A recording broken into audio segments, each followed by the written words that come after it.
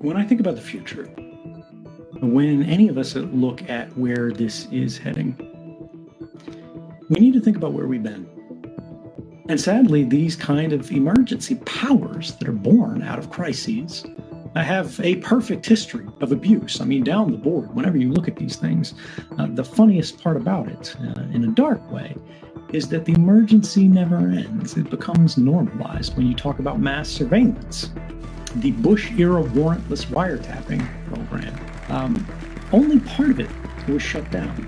And it's rolled over and it's rolled over and it's rolled over. And we've reformed things at the edges, but the basic practices of what was supposed to be a stopgap emergency, which was in response to another stopgap emergency, which was, of course, the legacy of 9/11 and the Patriot Act. And we are still today engaged in the same rules that we declared nearly 20 years ago that we have not managed to escape. We had, as a result of 9/11, the rise of nuclear Iran, because their counterbalance in Iraq was removed. We saw authoritarianism begin to creep across Western societies, places we wouldn't expect, like Hungary and Poland.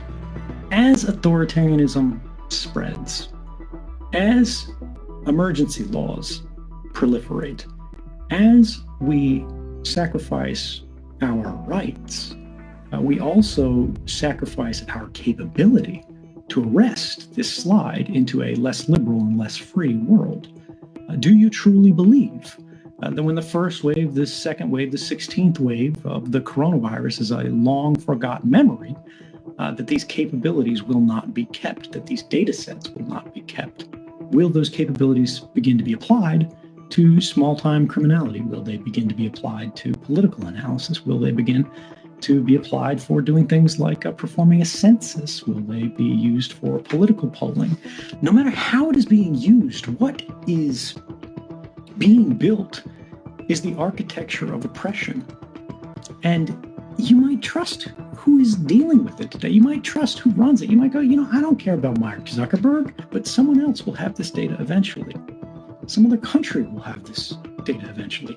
In your country, a different president will have control of this data eventually, and someone will abuse it. And I wanted to ask you, step back, take some time. What should we be thinking about? What should we be concentrating on? One of the things that strikes me is the sensation that this is, a bolt out of the blue. It couldn't have been prevented. It couldn't have been resisted. It couldn't have been imagined that this would come to pass, this global pandemic. When you think about the average American, they go to work every day. They spend 10 hours at the office, in the car, away from their family, away from their home. And by the end of the day, they've got no space to think. And now all of us collectively at the same time has been forced into a global sabbatical all around the world, which is an extraordinarily rare event in history. We are at one of the only moments that will be in our lifetimes where the system is so stressed and so overextended and the leadership so clearly out of its league that we have the ability to make not reformative changes, but revolutionary changes, that we can actually change the functioning of society, that we can actually change the structure of the system that controls and influences our lives, the way that we are being monitored, the way that we're being tracked. Because these systems, if we do not change them, will not simply be used to monitor our health. They're going to make decisions for us on an automated basis to determine who gets a job, who goes to school, who gets a loan, who gets a home, and who does not. And we today are being asked in a moment of extraordinary fear, what do we want these systems to look like? And if we don't make that decision ourselves, it will be made for us.